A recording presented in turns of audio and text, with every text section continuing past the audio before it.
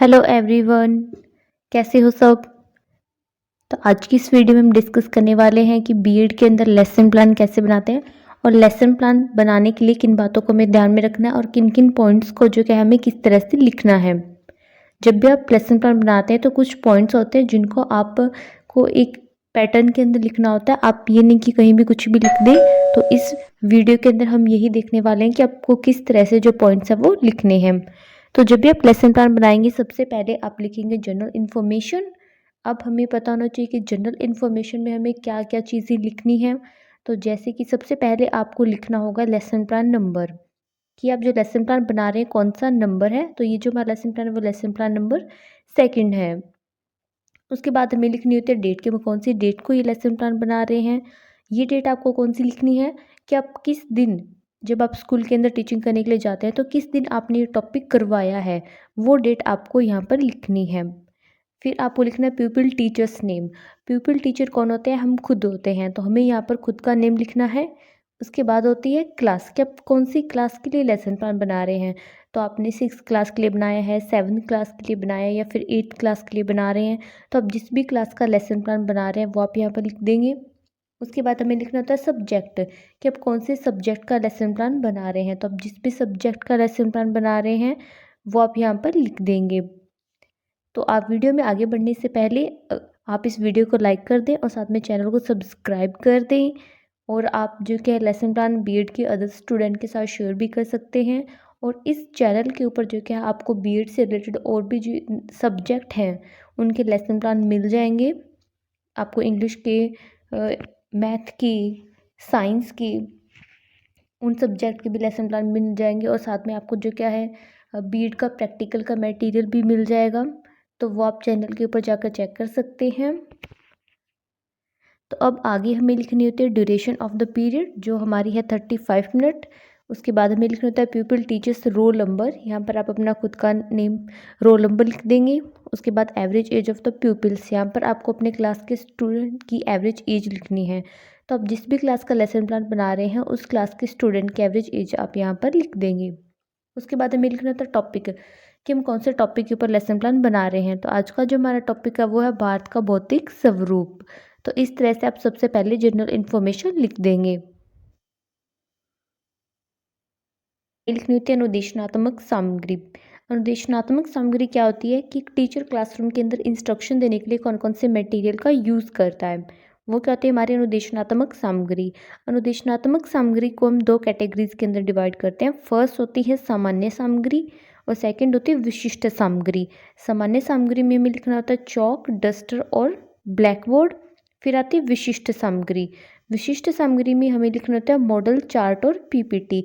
विशिष्ट सामग्री होती है कि एक टीचर अलग से उस टॉपिक को पढ़ाने के लिए कौन से मटेरियल लेकर जाता है। अगर एक टीचर मॉडल लेकर जा रहा है तो मॉडल एक क्या होगी, हमारी विशिष्ट सामग्री होगी। इसी तरह से आप अलग से जो भी मटेरियल यूज़ करते हैं वो क्या होगी, हमारी विशिष्ट सामग्री। अब नेक्स्ट आते हैं अनुदेशनात्मक उद्देश्य। अनुदेशनात्मक उद्देश्य 2 तरह के होते हैं। फर्स्ट होते हैं सामान्य उद्देश्य।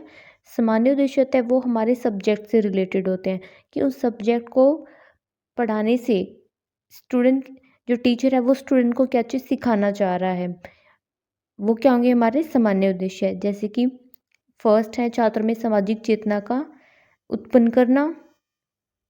सेकंड है छात्र भौगोलिक तथ्यों की जानकारी देना। थर्ड है भारत के भौतिक स्वरूप की समझ उत्पन्न करना।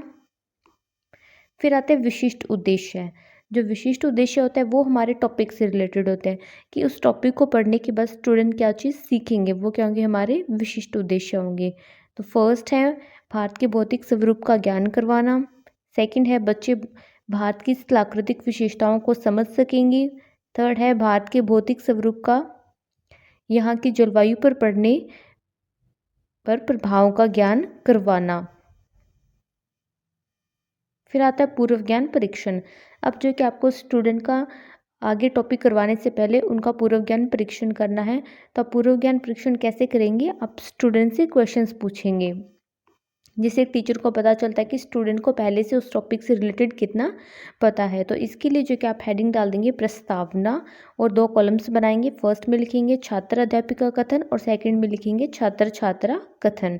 छात्र अध्यापिका कथन के अंदर आपको क्या लिखना है, यहाँ पर आप स्टूडेंट से जो भी क्वेश्चंस पूछ रहे हैं वो आपको लिखने हैं, और छात्र छात्रा कथन के अंदर स्टूडेंट उनका क्या आंसर दे रहे हैं वो आपको लिखने हैं।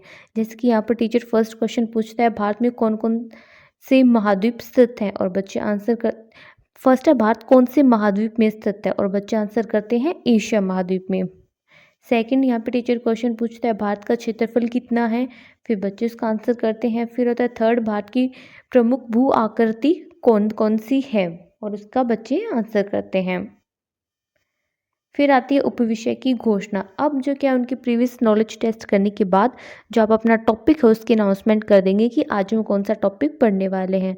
तो यहाँ पर आपको ये चीज़ ध्यान में रखनी है कि आपको क्लास में जाते ही जो टॉपिक है उसकी अनाउंसमेंट नहीं करनी है। आपको पहले क्या करनी है, उनकी प्रीवियस नॉलेज टेस्ट करनी है, और प्रीवियस नॉलेज टेस्ट करने के बाद हमें अपने टॉपिक की अनाउंसमेंट करनी है। फिर आता है प्रस्तुतिकरण। यहाँ पर जो हमारा टॉपिक है उसको हम आगे डिटेल के अंदर एक्सप्लेन करेंगे। तो इसके लिए हम 4 कॉलम्स बनाएंगे। फर्स्ट कॉलम में लिखेंगे शिक्षण बिंदु, सेकंड में छात्र अध्यापिका क्रियाएं, थर्ड में छात्र छात्रा क्रियाएं, और फोर्थ कॉलम में हम लिख देंगे शामपट कार्य। तो शिक्षण बिंदु के अंदर सबसे पहले हमारा जो मेन पॉइंट है उसकी हेडिंग डाल देंगे। तो हमारा मेन पॉइंट पहला है भू आकृति। अब जो क्या हम बच्चों को भू आकृतियों के बारे में एक्सप्लेन करेंगे कि भू आकृतियाँ क्या होती है और इसके अंदर कौन कौन सी आकृतियाँ शामिल होती है। फिर आता है ब्लैक बोर्ड वर्क। जो ब्लैक बोर्ड वर्क है उसके ऊपर हम अपने टॉपिक से रिलेटेड जो भी हेडिंग है वो डाल देंगे, और ब्लैक बोर्ड वर्क के लिए आप इस तरह से ब्लैक कलर का चार्ट है उसको कट करके यहाँ पर पेस्ट कर सकते हैं, और उसके ऊपर अपना ब्लैक बोर्ड वर्क आप लिखेंगे। तो टीचर बच्चों को भू आकृति के बारे में बताता है, जैसे कि हमारी भू आकृतियाँ हैं पर्वत, पठार, मैदान, मरुस्थल, द्वीप्स में, ये सब क्या है भू आकृतियों के अंदर आती हैं। फिर आप बताएंगे कि संपूर्ण देश में इनका विभाजन कैसे है। जैसे कि 43% मैदानी भाग है, 27.7 पठारी भाग है, 18.6% पहाड़ियाँ हैं, और 10.7% जो क्या है पर्वत है। और ये सारी इन्फॉर्मेशन आप ब्लैक बोर्ड के ऊपर भी लिख देंगे। तो इस तरह से आप स्टूडेंट को एक्सप्लेन करेंगे। फिर आती है आंशिक पुनरावृत्ति।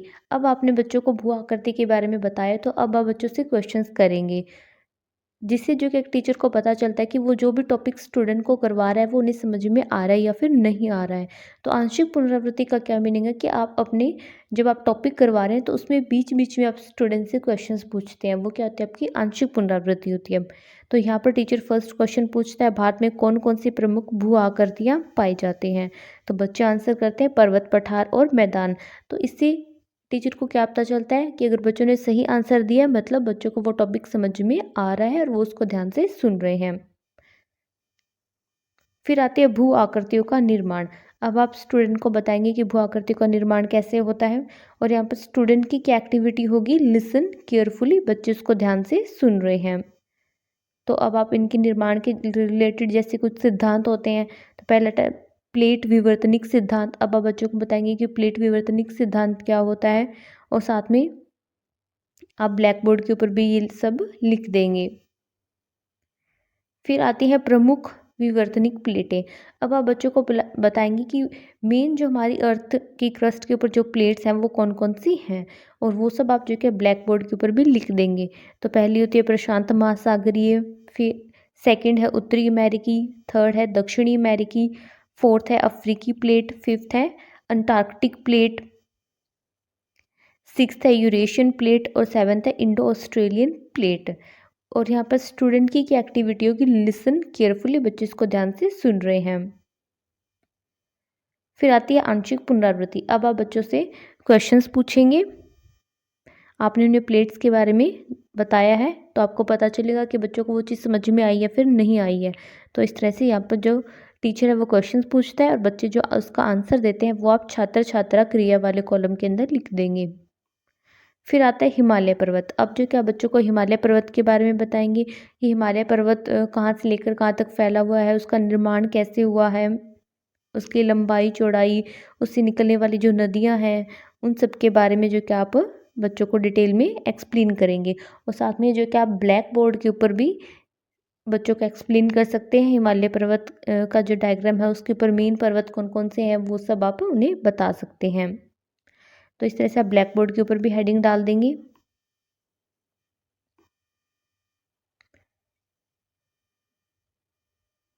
फिर आता है निष्कर्षात्मक कथन।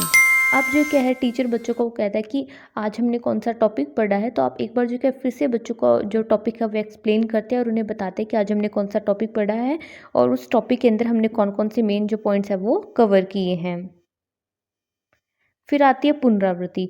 ये जो क्या होते हैं आप अपने टॉपिक को करवाने के बाद तो लास्ट में करते हैं। अब यहाँ पर जो टीचर अपना टॉपिक करवाने के बाद लेक्चर के लास्ट के अंदर स्टूडेंट से क्वेश्चंस पूछेगा टॉपिक से रिलेटेड।